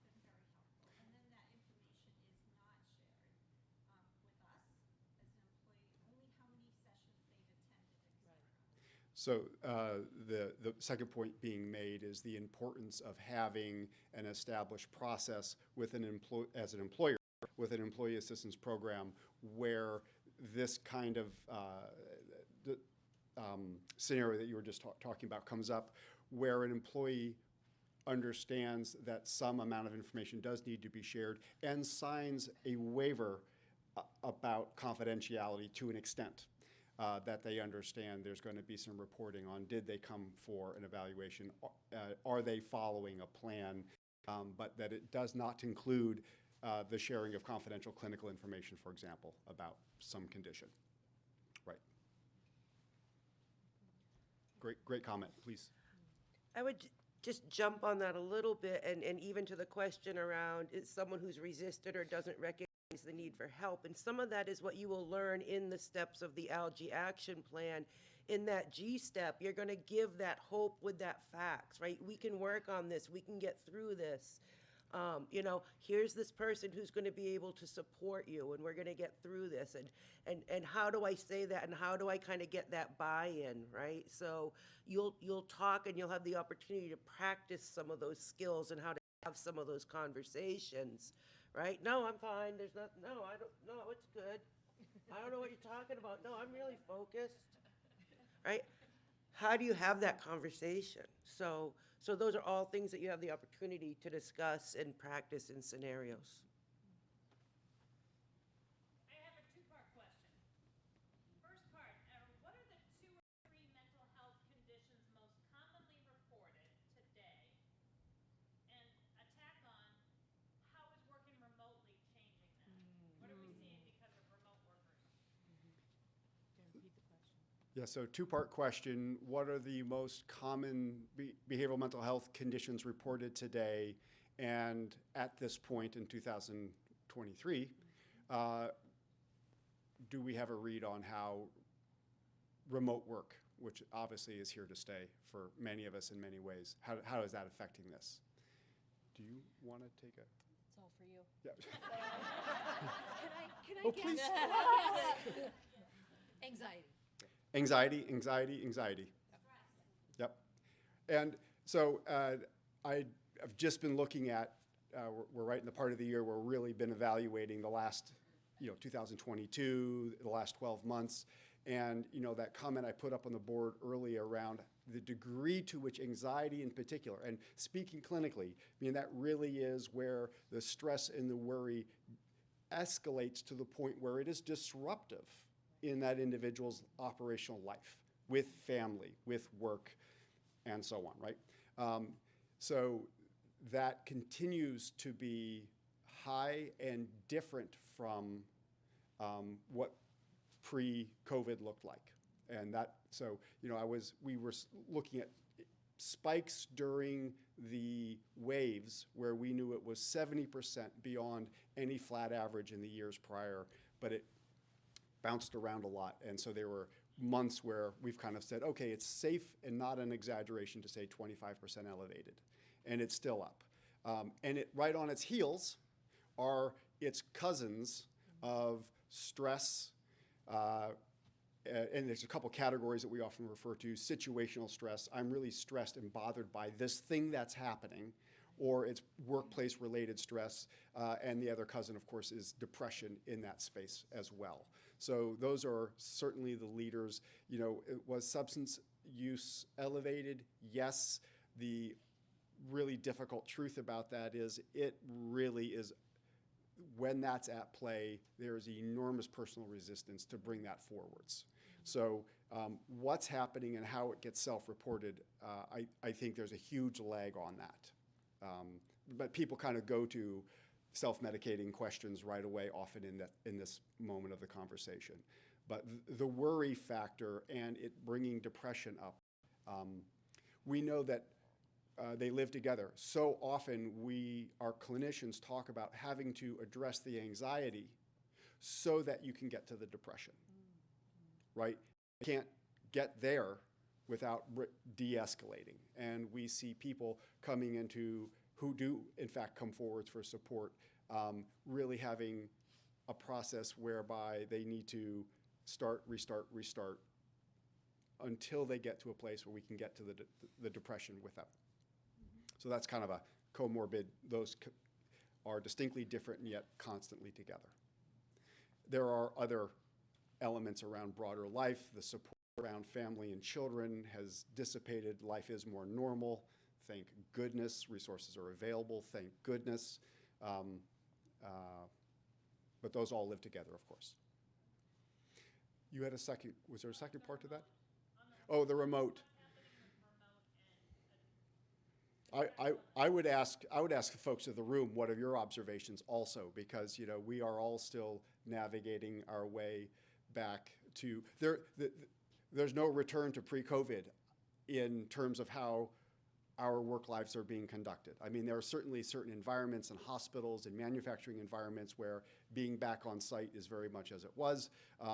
But even in those organizations, administrative components of it are coming in once, twice a week only. And I think there has been a very, very aggressive 3-year training program for all of us and what it means to manage remotely, right? And so that conversation has evolved and become far more sophisticated. But I think we're going to continue to hear discussion about isolation, and you were talking and alluding to that a little bit. It's not treating everybody equally. So my house is busy, busier than I'd like it to be. So it's more about, wow, we didn't design the house for this working at home stuff. And other cases. We're really seeing across the spectrum, folks struggling with it and folks who are saying, oh, thank God. I'm never going back in 5 days a week, thank God. So Can I jump in Please. here? I'm going to jump in. I don't know if it's quite answering the question, but I have been I've got several clients that have dealt with issues regarding they have remote workers and they know those remote workers are struggling with mental health, substance abuse issues, and it's like, well, how do I deal with this? Like, the supervisor's telling me this person's not online, they're not responding to emails. The Zoom meetings, they're not on screen. We know there's an issue. How do we deal with this? It's one thing to talk about that you see them every day and you can see the deterioration, but when they're remote, how do we know what's going on? Not easy, but in dealing with these situations a few times, there's a few ideas that you want to have. One, I think this is where EAP programs do come in extremely valuable, because then you can set up Zoom meetings with an EAP counselor for that employee to figure out what's going on, what help that employee needs. Two, make sure you get really good information about emergency contacts for that employee. I cannot tell you how much that has helped. One client in particular, when they just couldn't reach this person, did have an emergency contact. It was the employee's mother, and it turns out that the employee was close to suicide. So really have good emergency primary backup so that you can reach out to people that are connected personally with that employee should there be an emergency. You're the one that's going to see it. You're the one's going to know there's something wrong so many times. Two, have policies about if you're in a Zoom meeting, you got to be visible. Yes, unless you have a really good reason, but the general rule should be you are visible, and so that people can see you. Or what? Hide yourself view. Hide yourself view if you feel you need to do that, that's fine, but no, they should be visible, because so then you can see them as if they're there. So just some tips about how to help when you know that there's some warning flags that a remote employee is struggling.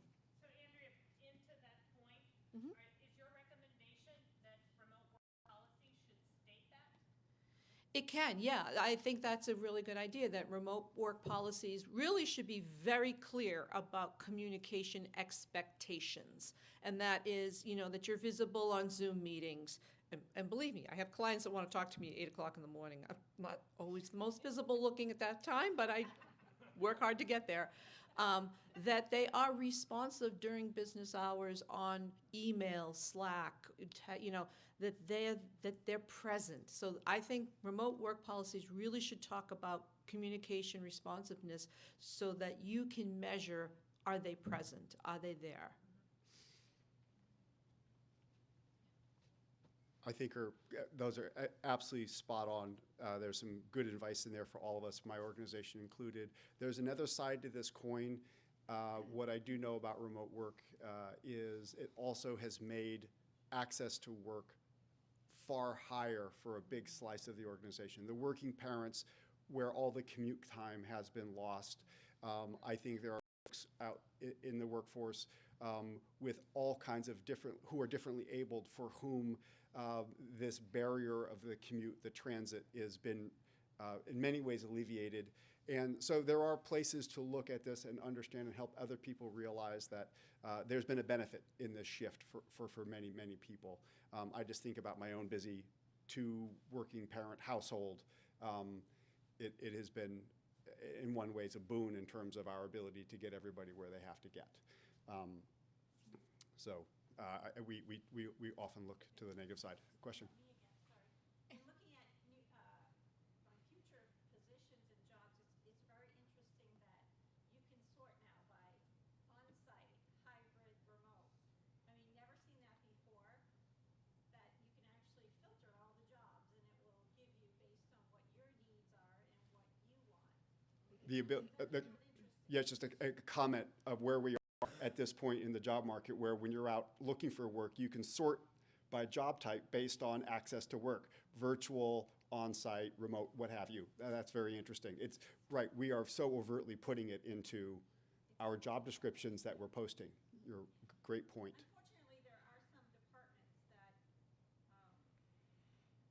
do remote that need to be at work, payroll. Yeah. How do you have 450 employees have issues with their payroll and you're trying to email them? There should be somebody on site. We are still working on the balance, right? Where are those critical on-site roles? Sure. Sure. I think we have one more question, and that is, we can't boil the ocean, so where do we start? Where do we start? I'll make a quick plug because I'm standing here, and then let these guys in. I think part of the overwhelming message for today is it really is around intentionality and awareness. So programs like this, I think, just are so key, and we all within our organizations can make some choices about where we spend that time. I always advocate that managers certainly are in that process of being a part of this socialization of change, awareness. Again, I think you made the point great. Not everybody is supposed to become a clinical counselor. Right. That's not the objective. But where and how do we begin to make sure that just talking about employee well-being is just a part of the way we talk about, I'm going to use this word intentionally, the human asset within every organization around how we get our businesses to work, that this emotional well-being just has to be a part of that calculus forevermore. And programs like this, I think, are just a fantastic example of the kinds of things that we can put in front of people. So if I had to choose one answer, it's a little bit of that educational. Any other comments? I think I would just echo that. I think, we're lucky enough that we live and breathe this program. Sue literally lives and breathes this program. But our whole health and well-being team does, and we have, 5 of us who focus on mental health, and we just are very open about it. And we've noticed the culture shift within our health and well-being team that talks about nutrition, and it's now spreading into our agricultural folks and everybody else, that we can talk about mental health. We can come into and say, you know what, I am struggling hard with my depression today, so it is going to be hard for me to focus, but I'm going to do my best. I'm here, I'm trying, or being open and talking about what experiences we have. And that just having that culture, I feel like that's a great place to start, making it so employees feel like this is safe.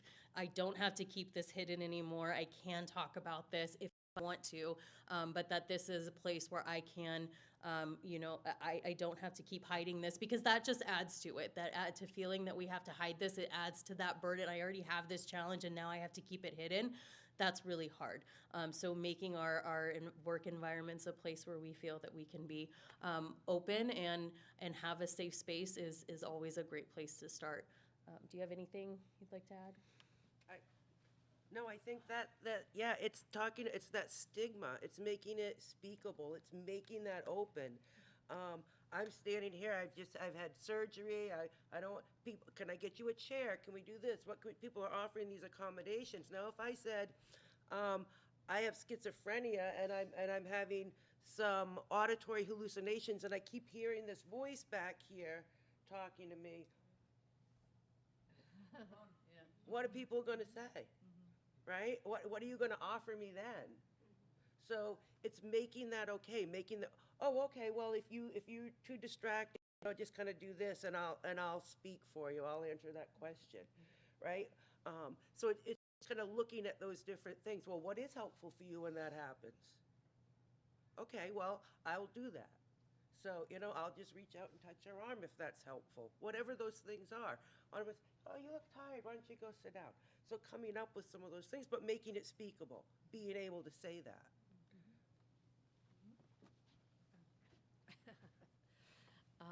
Okay, I think you're the glue of your organization. And so I think you start at the top and talk to your leaders, your C-suite people, your business leaders and organization leaders to say, we need to be more comfortable talking about mental health. And why is this so much more difficult than physical health, which is a great dichotomy that you pointed out there, is I think the unpredictability and the unknowable of the mental health issues compared to if someone has a broken leg. So I think it starts at the top, and you got to talk to your leaders, you get buy-in from them about, we just need to be more comfortable. We need to talk about, we're not trying to diagnose our employees, we're not trying to provide treatment, we're just trying to reach them in a way that makes them better employees and more productive. And if there's a lot of stress going on, we need to feel comfortable to talk about that. And then it comes down to managers and talking to your managers, how do we get you guys comfortable? How do we get you to look out for the signs and feel okay to say to your employees, how you doing today? How you feeling today? And keep an eye out for those signs. And then know that they can come to you when they do see an employee that they feel like might be off. So that's where I would say starts that way.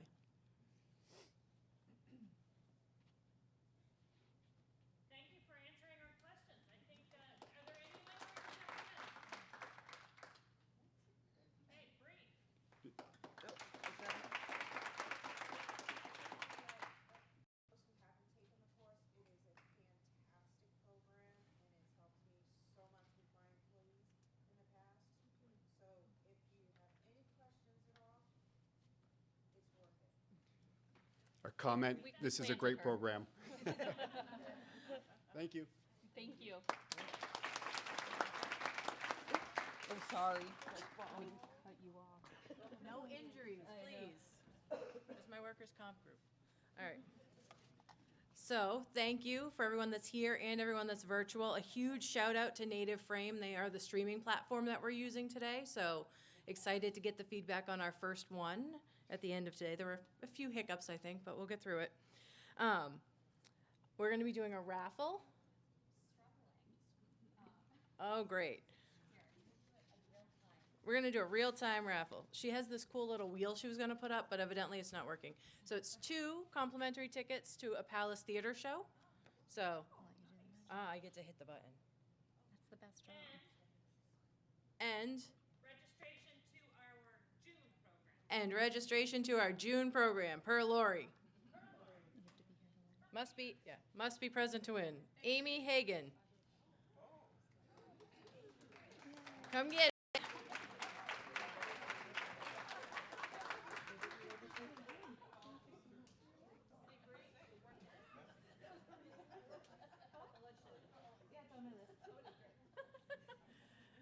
Also, I have some save the dates, as Andrea was saying. So Andrea is on the state council and she is in charge of the legislative affairs.